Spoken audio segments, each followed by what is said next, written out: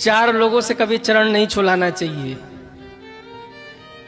चार लोगों से कभी चरण मत छुलाइए। किससे किससे? ससुर को चाहिए कि वो अपने दामाद से चरण न छुलाए, क्योंकि ये परंपरा कब से है, बहुत सारी जगहों पर आज भी भारत में परंपरा है कि ससुर लोग दामाद से अपने चरण नहीं छुलाते। शिव जी ने अपने ससुर जी दक्ष जी का वध करवाया था वीरभद्र के द्वारा। तब से ये परंपरा है कि ससुर जी लोग दामाद जी से अपने चरण नहीं छुलाते। आप लोगों की भी तरफ ये परंपरा है क्या? है? वाह। ससुर को चाहिए कि वो अपने दामाद से चरण न छुलवाए। नंबर 2, मामा को चाहिए कि वो अपने भांजे से चरण न छुलाए।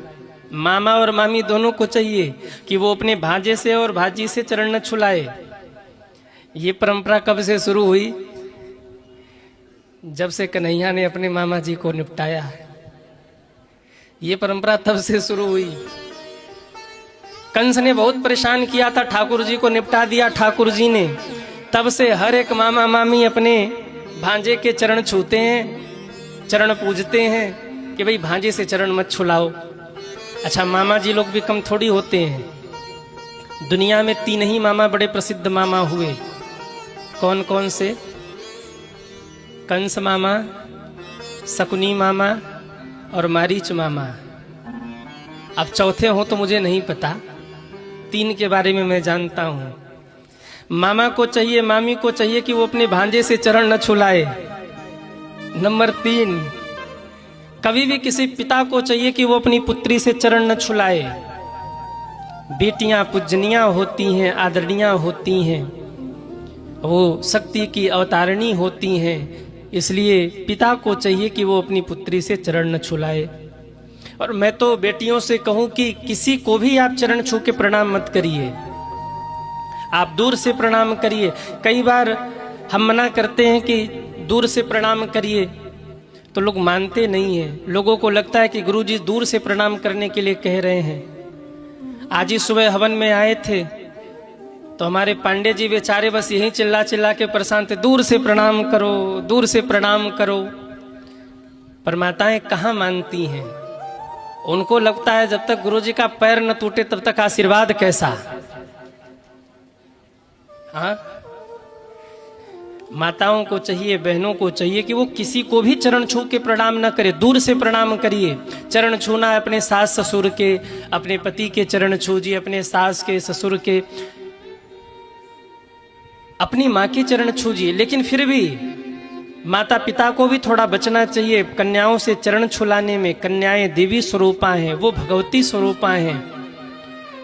नवरात्रियों में जिन कन्याओं के चरण हम पूजते हैं, उन कन्याओं से चरण कैसे छुला लें, इसलिए थोड़ा बचना चाहिए। एक पिता जब अपने बेटी का कन्यादान करता है ना, तो वो अपनी बेटी के चरण पूजता है विवाह के समय, कन्यादान के समय। इसलिए बेटियां आदरणीय हैं। कभी भी पिता को अपनी बेटी से चरण नहीं छुलाना चाहिए। और नंबर 4 थोड़ा खतरनाक है। आप लोग कह दो तो हम बता दें। अरे कहो, हाँ कह दें। माताओं को कभी भी अपने पति से चरण नहीं छुलाना चाहिए।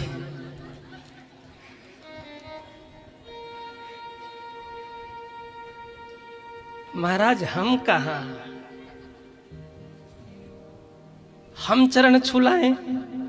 पर ये चीजें चल रही हैं, इसलिए मैं कह रहा हूं। आजकल जयमाल सिस्टम में एक फैशन चला है। जब जयमाल होता है तो वो दिखावे के लिए चरण छूते हैं अपनी पत्नी के मंच पे। कहाँ लिखा है? कहा गया है विवाह के समय एक वर विष्णु रूप होता है और एक कन्या लक्ष्मी स्वरूपा होती है। तो विष्णु लक्ष्मी के चरण छुएंगे, ये तो ठीक नहीं है। तो इसलिए माताओं को भी चाहिए कि पति से चरण न छुलाए। आजकल वो बड़ा दिखाने के लिए रील बन जाए, इसके लिए मंच पे अपनी पत्नी के चरण छूते हैं। तू देवी है, तू भगवती है, और वो कह दे कि 2 दिन हमको खाना बना के खिला दे। सारा देवी भगवती जगदम्बा सब भाव खत्म हो जाता है। बोले हम याद रखना, भरे समाज में पत्नी का चरण छूना ये पत्नी का सम्मान नहीं है। पत्नी के मान सम्मान का रक्षा करना सबसे बड़ा सम्मान ये होता है।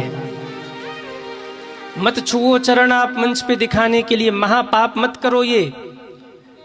आप अपने पत्नी के मान सम्मान की रक्षा करो। पत्नी को कभी गाली मत दो, पत्नी को कभी अपशब्द मत कहो, कभी दहेज के लिए विवाह के बाद अपनी पत्नी को ताना मत दो, कभी उसके लिए अपशब्द का प्रयोग मत करो। ये उसके लिए सम्मान है।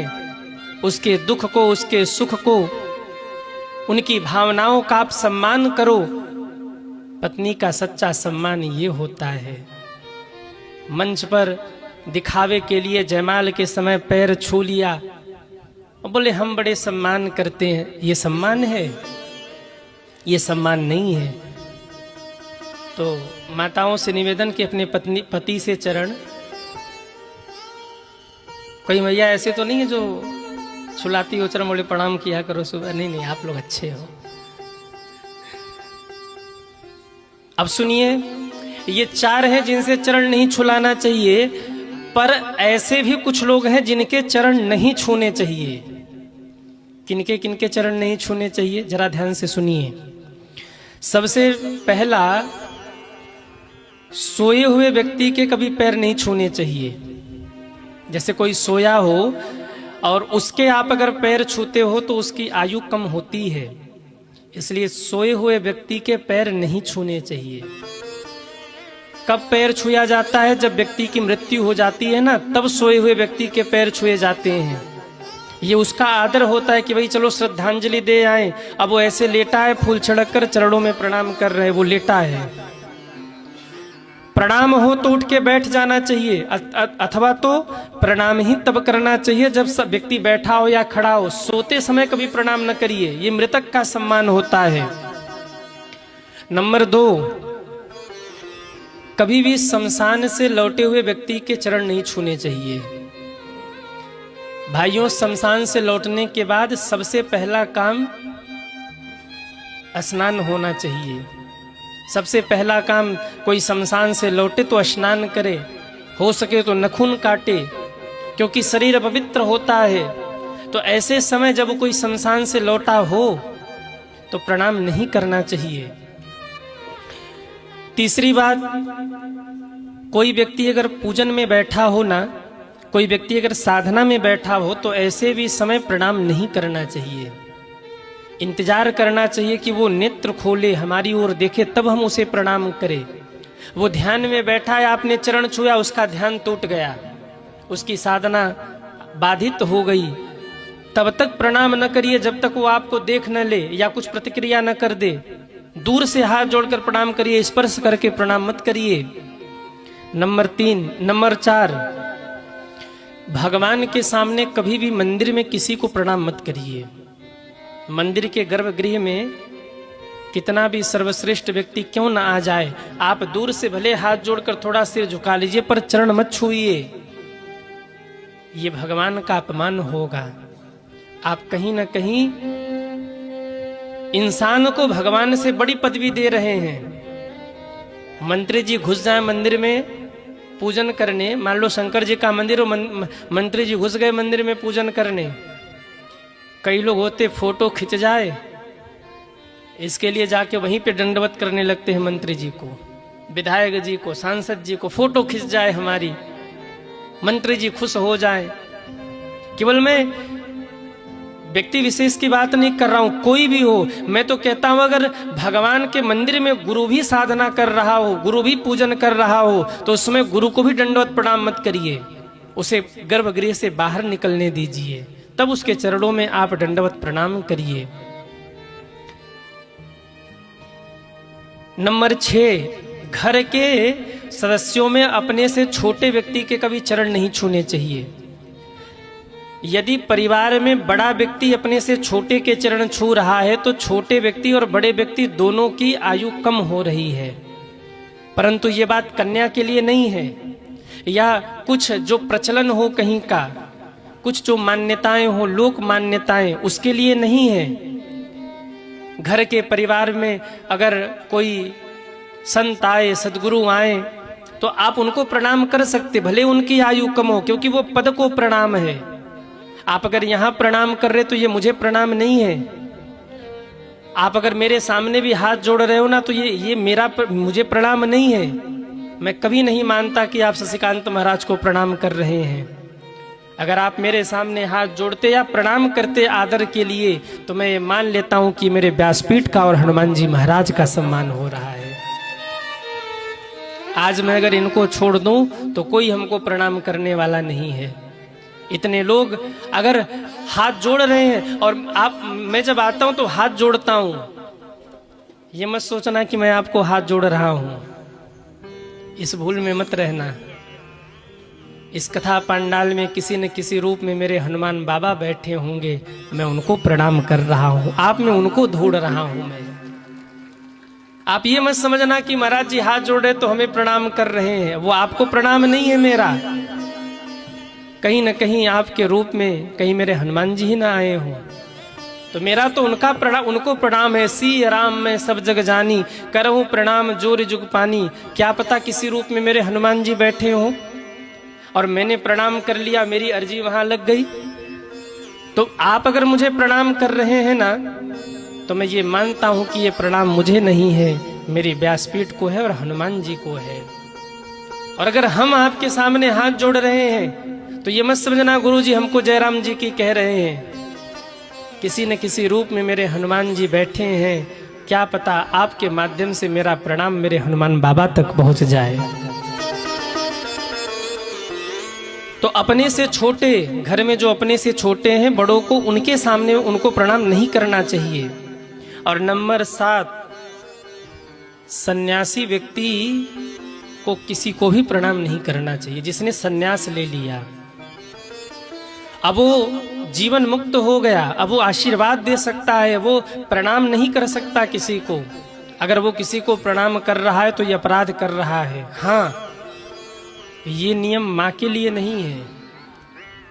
कितना भी बड़ा सन्यासी क्यों न हो जाए, अगर माँ सामने खड़ी हो तो सन्यासी को भी चाहिए कि वो माँ को प्रणाम करे, क्योंकि माँ माँ होती है। कोई भी सन्यासी क्यों न हो, किसी को प्रणाम न करे, पर अगर सामने माँ हो तो माँ को वो प्रणाम जरूर करे। एक बार भगवान भी सामने हो और माँ हो ना, तो सन्यासी को भी चाहिए कि पहले वो अपनी माँ को प्रणाम करे, क्योंकि माँ भगवान से बढ़कर के है। याद रखिएगा, कोई सन्यास धर्म की दीक्षा लेना तो उसे माँ की आज्ञा लेनी पड़ती है। सन्यासी या तो गुरु को प्रणाम करे, या तो भगवान को प्रणाम करे, या तो माँ को प्रणाम करे, सबको वो प्रणाम न करे। भगवान से बड़ा अगर कोई है तो वो माँ है सज्जनों। सन्यास तब तक सफल नहीं होता जब तक माँ की आज्ञा न हो। कोई घर छोड़ के चला जाए, हम सन्यासी बन जाएंगे, जाओ बन जाओ, जब तक माँ स्वीकृति न दे तब तक सन्यास सफल नहीं होता। इसलिए ये ऐसे लोग हैं जिनके चरणों में प्रणाम करना चाहिए, नहीं करना चाहिए, सब मैंने आपको बताया। मैं निवेदन कर रहा था,